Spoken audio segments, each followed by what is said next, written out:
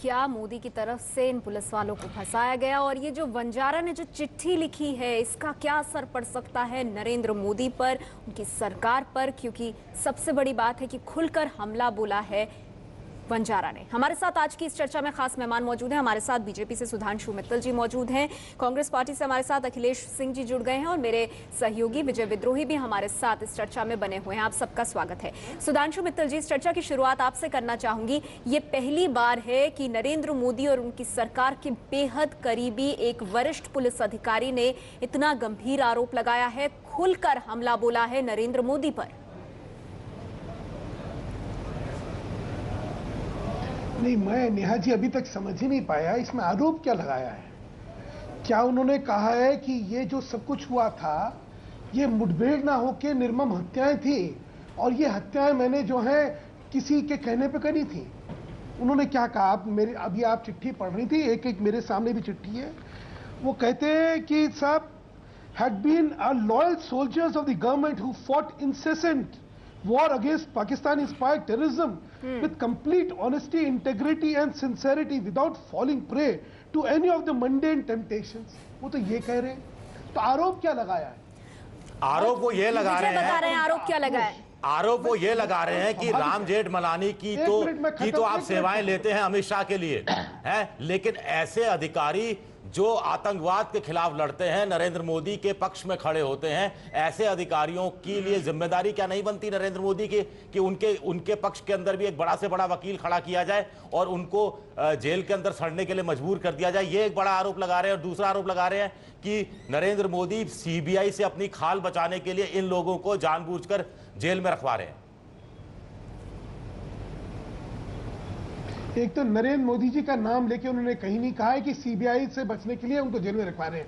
इसलिए देखिए अपने आप ने एक तय कर रखा है कि मेरे दिमाग में तो ये चीज है, कहाँ है? चलिए दिखाइए।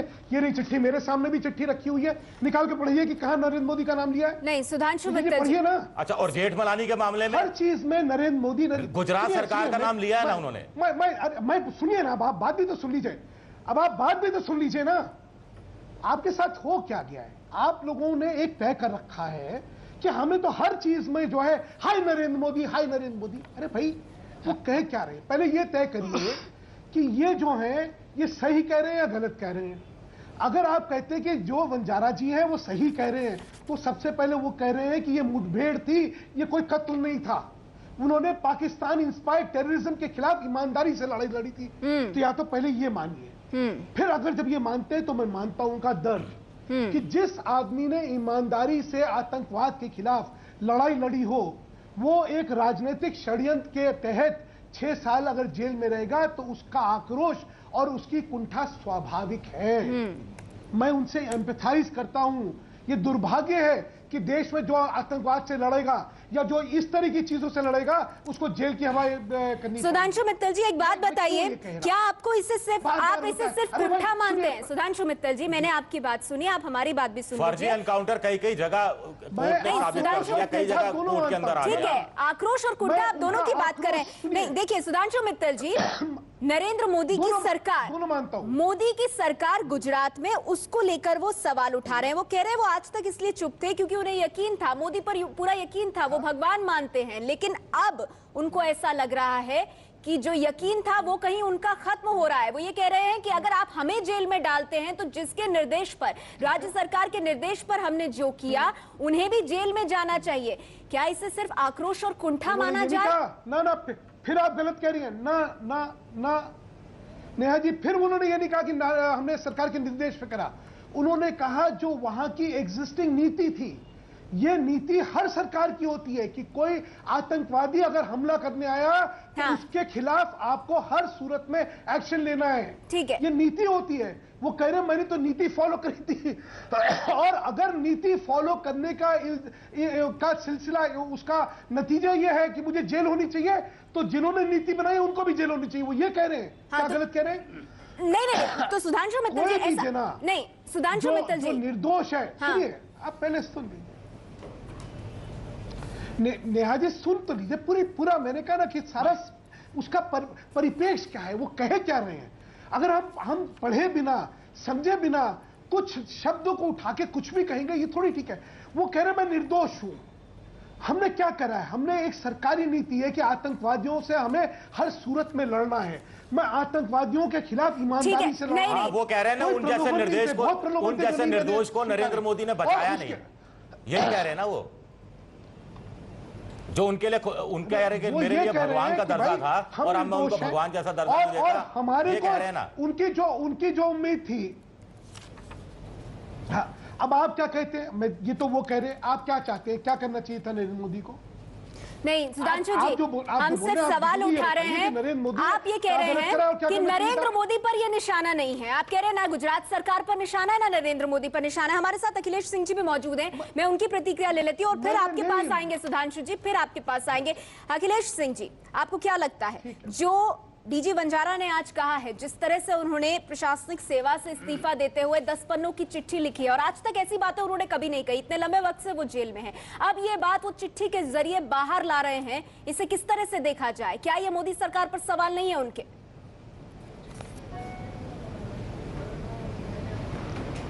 देखिए, अभी सुधांशु जी बता रहे हैं कि कोई दोष नहीं है, कोई आरोप नहीं लगाया है, तो ऐसे लग रहा है क्या खैरात बांटने में बंजारा जेल गए हैं क्या? और जिस चीज में बंजारा जी जेल गए हैं उसमें अमित शाह हैं, वो गृह मंत्री थे, उसके ऊपर एक सरकार है और उसके एक मुखिया हैं। क्यों ये सब हुआ? उसको तह में जाने की बात इन्होंने पूरी बता दी।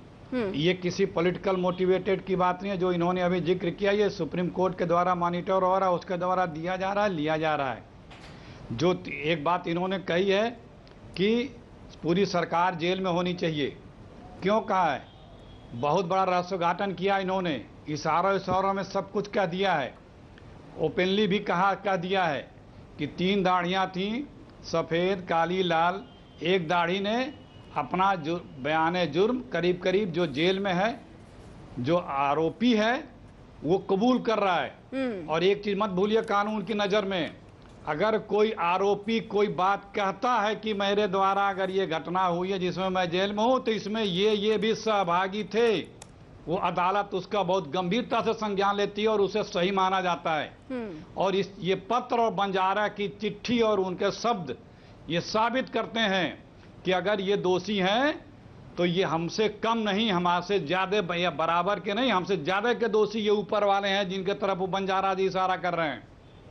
ये मील का पत्थर होगा इस देश की राजनीति में, इस तरह से नेतागिरी करने वाले जो सत्ता में बैठे हैं और अपने पदों का दुरुपयोग करके किस तरह से अपराध करते हैं। सुधांशु मित्तल जी, इस पर आप प्रतिक्रिया देना चाहते हैं? बयां करती है आज बहस करने।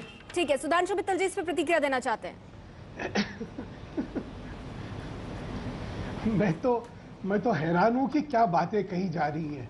मील का पत्थर और पता नहीं क्या क्या शब्दों का प्रयोग करा जा रहा है ये कहने के लिए कि क्या उन्होंने क्या एडमिट करा। ये अभी बड़े अखिलेश जी कह रहे हैं कि भाई उन्होंने मान लिया है कि 3 दाढ़ियां थी। इस चिट्ठी में कहां माना है भाई, मुझे बतला दीजिए। 3 दाढ़ियां कौन सी मानी है? आगे चलता हूं, उन्होंने क्या कहा, वो पहले इस बात से चालू करते हैं कि हमने ईमानदारी से आतंकवाद के खिलाफ लड़ाई किया है अपने। और इस लड़ाई, अरे भाई मेरी मुझे देखिए अखिलेश जी, आप बोले थे मैं बीच में नहीं बोला। देखिए आपके मेरे बीच में एक हमेशा ये रहता है कि जब आप बोलते हैं तो मैं चुप, मैं बोलूं तो आप चुप। ठीक है सुधांशु जी, सीबीआई का सुन लीजिए। नहीं बोलिए। मालेगांव ना रुक जाइए, मालेगांव ब्लास्ट हुआ था। मालेगांव ब्लास्ट में सीबीआई ने इन्वेस्टिगेट करा, वहां पे मुसलमान युवा को उन्होंने चार्जशीट कर दिया कि इन्होंने करा था। उसके बाद एनआईए ने अब इन्वेस्टिगेट करा, उन्होंने कहा नहीं ये तो बिल्कुल बेकसूर थे, ये 6 हिंदू जो है इन्होंने करा था। अब किसका सत्य क्या है? किसी एजेंसी के कहने पे अगर आप उसको सत्य मान लेंगे तो एक से एक उदाहरण मैं आपको दिखा दूंगा जिसमें आप पटक लेंगे। सुधांशु मित्तल जी, सत्य उस दिन माना जाएगा जिस दिन कोर्ट ये फैसला कर दे। लेकिन आपको लगता है ये गुनाहगार है और ये नहीं है, जब तक नहीं करे कोर्ट तब तक कुछ ये बात तो आप मानेंगे ना कि अब तक डीजी वंजारा की तरफ से इस तरह की बात सामने नहीं आई थी। वो इतने वक्त से जेल में है, अब वो ये बात कह रहे हैं सीबीआई इस केस को देख रही है, ये मुसीबतें गुजरात सरकार के लिए खड़ी कर सकता है। नेहा जी, स्वाभाविक तौर पे एक चीज देखिए, जो आदमी अपने को निर्दोष मानता है और ये देखता है कि मैंने देश के लिए आतंकवाद से लड़ा हूं और वो 6 साल से अगर जेल में होगा तो उसकी मनस्थिति, उसकी मानसिक कुंठा, उसका आक्रोश होना स्वाभाविक है। उस आक्रोश में वो उन लोगों को भी इल्जाम देता है जिसके प्रति उसको ये लगता था कि शायद मेरे इस उसमें उनके जो वो उनसे अपेक्षा करता है उसमें खरे उतरेंगे, नहीं उतरे होंगे। क्योंकि आज जो मर्यादाएं हैं और जो आज इस सारे में उसमें हर एक सरकार की एक अपनी अपनी लिमिटेशन है, वो एक अलग विषय है। प्रश्न ये है कि इस सारे में क्या वो व्यक्ति ये कह रहा है कि मैंने गुनाह करा? वो कह रहा है नहीं कह रहा है मैंने गुनाह, वो तो कहता मैंने ईमानदारी से लड़ा। अरे आप उसकी बात कर रहे हैं सुधांशु मित्तल जी, जो वो राज्य सरकार पे सवाल उठा रहे हैं, उसकी तरफ आप क्यों नहीं आ रहे हैं? विजय, मैं आपसे जानना चाहूंगी, ये जो चिट्ठी है इसमें वो बोल रहे हैं, चले उसी वो कह रहे हैं, ठीक है मैं आऊंगी आप, नहीं शुरुआत में तो आपने इन सवालों को रिफ्यूट कर दिया। हाँ, तो वही तो सवाल है ना, वो ये कह रहे हैं क्या ये अपने आप में गंभीर बात नहीं है? मामला इतने वक्त से चल रहा है। जी अखिलेश जी, आप अपनी बात रखिए, फिर मैं विजय के पास आऊंगी। जी अखिलेश, बिल्कुल नहीं, क्या कह रहे हैं उस पढ़ेंगे सर, वो भी पढ़ेंगे। बंजारा ने ये कहा है कि हम इस मिस्टर बंजारा ने ये कहा है कि गुजरात सरकार की जो नीति थी, वो जो हम लोगों से कहा गया था इस तरह से इनकाउंटर करने की, उसका मैंने पालन किया। जो इंस्ट्रक्शन हमको आते थे, हम अकेले पार्ट नहीं थे, ये सब लोग उसके पार्ट थे इनकाउंटर करने के। वो नहीं कहा है, ये झूठ नहीं बोलिए। मुकदमा फर्जी। ना वो नहीं कहा है, चिट्ठी में क्या लिखा है? अखिलेश जी, आपने अपनी बात की नहीं, बार-बार सुधांशु जी कह रहे हैं कि चिट्ठी में क्या लिखा वो देख लीजिए। चिट्ठी का एक अंश जो हम सामने रखना चाहेंगे। विजय, ये देखिए, ठीक है अखिलेश जी, चिट्ठी में, उस चिट्ठी में एक व्यक्ति जो जेल में है, जो दोषी है, देखिए एक ही पॉइंट होता है सजा के लिए बहुत बड़ी चीज। एक व्यक्ति जो दोषी है, जो जेल में है, वो कह रहा है कि ये जो भी कृत्य हुआ है उसमें मैं अकेला नहीं हूँ।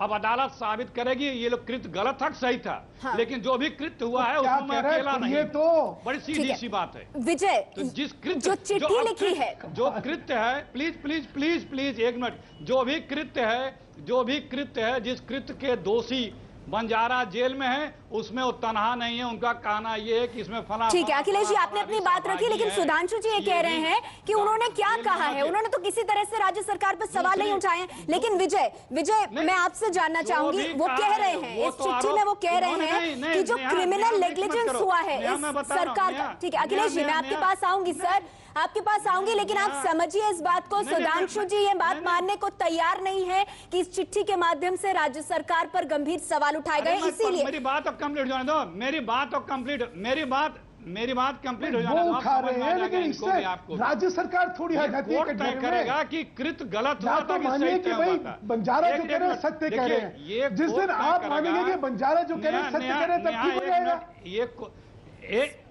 हाँ तो कोर्ट तय कर ले दीजिए ना, ये कोर्ट तय करेगा। प्लीज सुधांशु मित्तल जी, आप सुन लीजिए सर, सुधांशु मित्तल जी आप सुन लीजिए सर, बैठ के हम गैर जिम्मेदार नहीं सुधांशु मित्तल जी, ऐसे नहीं हो सकता ना। अगर वो चिट्ठी में ये कहते हैं कि नरेंद्र मोदी भारत माता का कर्ज उतारने के लिए उतारू है, जो हर नागरिक उतारू है, लेकिन दिल्ली जाने की उनको जल्दी है, उससे पहले हमारा कर्ज उतार दें, तो ऐसा कौन सा कर्ज है, ऐसा कौन सा एहसान किया हुआ है बंजारा ने जिसका कर्ज मोदी नहीं उतार रहे? तो इसमें आपको कोई कुछ नहीं दिखता? उनसे आप बताइए ना। ये तो बंजारा से पूछिए नहीं तो सुधांशु मित्तल जी, यही तो सवाल है। विजय विद्रोही जी, तो बंजारा क्यों कह रहे हैं क्या कहता? नहीं सुधांशु मित्तल जी, हम इसीलिए तो कह रहे हैं, आपको नहीं लगता ये मामला गंभीर है? अगर आज सारे में कुतर्क ही लेने तो लेते रहिए। नहीं कुतर्क तो अब वो तो फिर किसी भी तरफ से कुतर्क हो सकता है। नहीं सुधांशु मित्तल जी, आप बताइए ना, आप दोनों लोग चुप होकर चालू करिए, मेरी बात कंप्लीट हो जाने दें, प्लीज मेरी बात कंप्लीट हो जाने दें। अरे भाई आप इतनी देर से बोलिए, दूसरे भी तो बोलेंगे। अखिलेश जी आप अकेले बोलेंगे क्या? एक मिनट सुनिए। अच्छा ठीक है सुधांशु जी, मैं आपके पास आऊंगी सर। चुप रहा, आप सुन लीजिए। अखिलेश जी को अपनी बात पूरी करने दीजिए। हाँ अखिलेश जी, बहुत संक्षेप में सर। सुधांशु जी एक मिनट सुन तो लीजिए मेरी बात।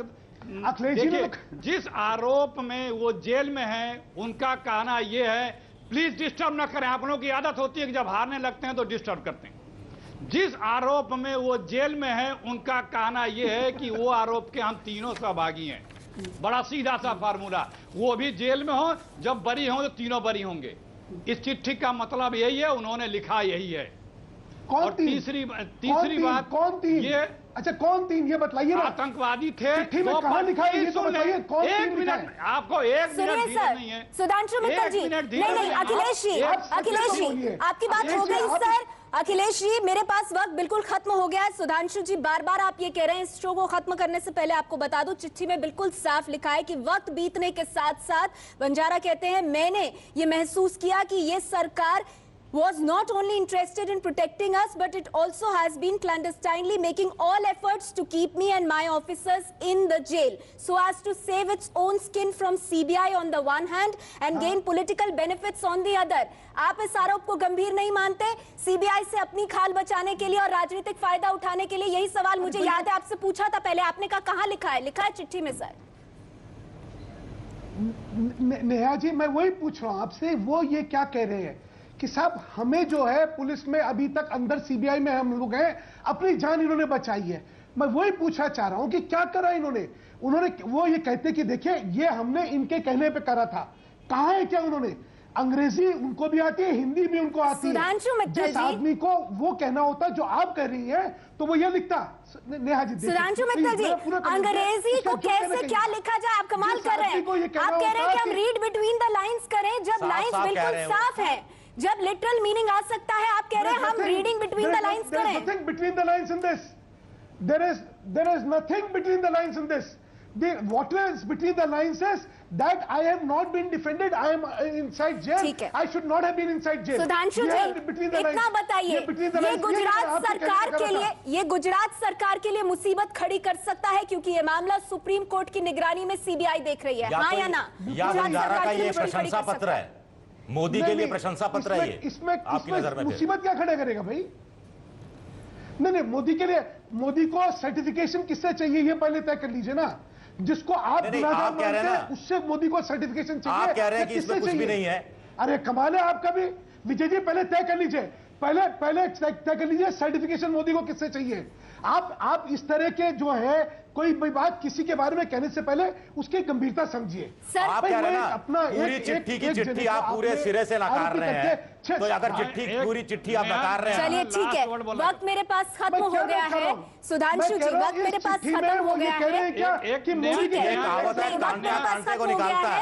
ये मामला लेकिन आगे भी जाएगा अखिलेश जी, क्योंकि गंभीर मामला है ये। अभी सिर्फ बंजारा ने चिट्ठी लिखी है 10 पन्नों की। अभी आगे सीबीआई के सामने क्या वो इस नाराजगी के साथ साथ कुछ क्रेडिबल एविडेंस भी दे पाते हैं इन बातों को समर्थन करने के लिए, इनका ये देखने वाली बात होगी। लेकिन इतना तय है कि ये मुश्किलें जरूर बढ़ा सकता है गुजरात सरकार की, जब एक पूर्व पुलिस अधिकारी इतने गंभीर आरोप सीधे राज्य सरकार पर लगा रहा है। शुक्रिया आप सभी मेहमानों का हमारे साथ इस चर्चा में जुड़ने के लिए। आगे देखिए 8:30 स्पेशल।